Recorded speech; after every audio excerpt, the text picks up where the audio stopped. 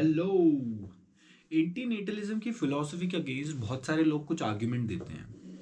और वो आर्ग्यूमेंट है कि हमारी लाइफ तो बहुत अच्छी चल रही है, हमारी लाइफ में कोई भी सफरिंग नहीं है और हम लाइफ को नेट पॉजिटिव देखते हैं। मतलब हम देखते हैं कि लाइफ में ज़्यादा खुशियाँ हैं, ज़्यादा प्लेजर है, पेन बहुत कम है। और क्योंकि हमारी लाइफस्टाइल बहुत अच्छी है, हम इनफ अर्न करते हैं कि हम अपने बच्चे को भी एक अच्छी लाइफस्टाइल दे पाएंगे, उसको सफरिंग नहीं होने देंगे, और इसलिए हम बच्चे पैदा कर लेते हैं। देखो, इस पर्टिकुलर थॉट के साथ जो प्रॉब्लम है वो है ऑप्टिमिस्टिक बायस की। आपको लग रहा है कि आपकी लाइफ बहुत अच्छी है, ये आपके थॉट की दो कमियां दिखाती है कि आप दो चीज़ों से एकदम अनअवेयर हो। पहली चीज़ कि आप नहीं जानते कि क्योंकि आपकी लाइफ बहुत अच्छी है, आप ये जनरलाइज नहीं कर सकते कि इस दुनिया में सबकी लाइफ अच्छी होगी। हम सबको पता है करोड़ों लोग ऐसे हैं जो रात को भूखे सो रहे हैं, उनको मॉलेस्टेशन, एक्सप्लॉयटेशन सहना पड़ रहा है, हर एक दिन उनके साथ डिस्क्रिमिनेशन हो रहा है। ये आपका सब्जेक्टिव ओपिनियन हो सकता है कि आपकी लाइफ बहुत अच्छी है आपके लिए। दूसरी चीज़ जिससे आप अनअवेयर हो, अगर आप ये क्लेम कर रहे हो कि आपकी लाइफ में कोई भी सफरिंग नहीं है, वो ये है कि इस पॉइंट ऑफ टाइम पे शायद आप इतने खुश हो, इतना खुशहाल फील कर रहे हो प्रिविलेजेस की वजह से, कि आपको लग रहा है कि लाइफ तो बहुत ही अच्छी है, लाइफ में तो कोई सफरिंग है ही नहीं। पर आप नहीं डिनाई कर सकते इस फैक्टर से कि आपकी लाइफ के ऊपर हमेशा कुछ ना कुछ रिस्क हैं जो हमेशा बने हुए हैं। फॉर एग्जाम्पल, आपका एक्सीडेंट हो सकता है, आपको क्रॉनिक पेन हो सकता है, आपको कोई क्रॉनिक डिजीज निकल के आ सकती है, आपको बुढ़ापा सहना पड़ेगा, आपकी डेथ होगी, और ऐसे बहुत सारे फैक्टर्स हैं जिनको आप इग्नोर कर रहे हो।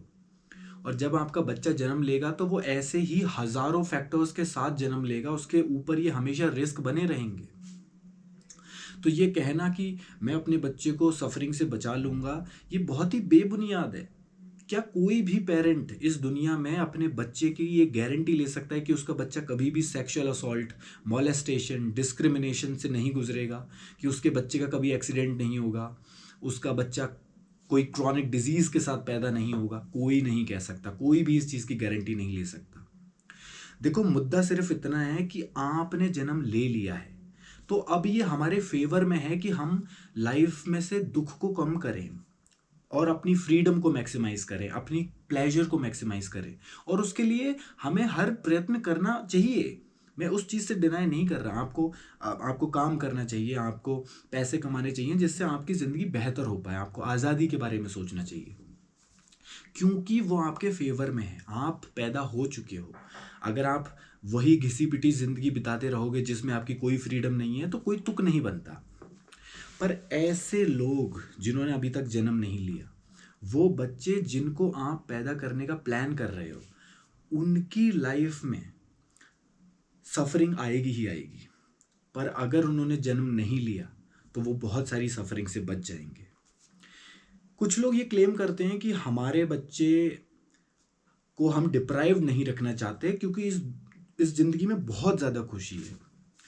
मैं एक एग्जाम्पल के लिए मान लेता हूँ कि लेट से 90% इस ज़िंदगी में प्लेजर है और 10% पेन है। ऑल्दो मैं इस पर्टिकुलर डेटा से एग्री नहीं करता, पर for the sake of debate हम ये मान लेते हैं कि 10% ही पेन है। फिर भी कोई सेंस नहीं बनाती ये चीज़ कि हम एक नॉन एग्जिस्टेंट बीइंग को इस ज़िंदगी में लेके आए जिससे वो 10% सफरिंग सहे, क्योंकि 90% प्लेजर फील करने के लिए उसके पास कोई भी लालच नहीं है। वो तो एग्जिस्ट ही नहीं करता, वो डिप्राइव्ड नहीं है किसी भी तरह के प्लेजर से। वो कहीं ऊपर बैठ के ये नहीं बोल रहा कि पापा मम्मी जल्दी मेरे को पैदा करो, मेरे को तो बहुत सारा प्लेजर जो है वो चाहिए। वो एग्जिस्ट ही नहीं करता। तो वो 10% अगर पेन है भी तो उसके लिए उसको वो सहना पड़ेगा।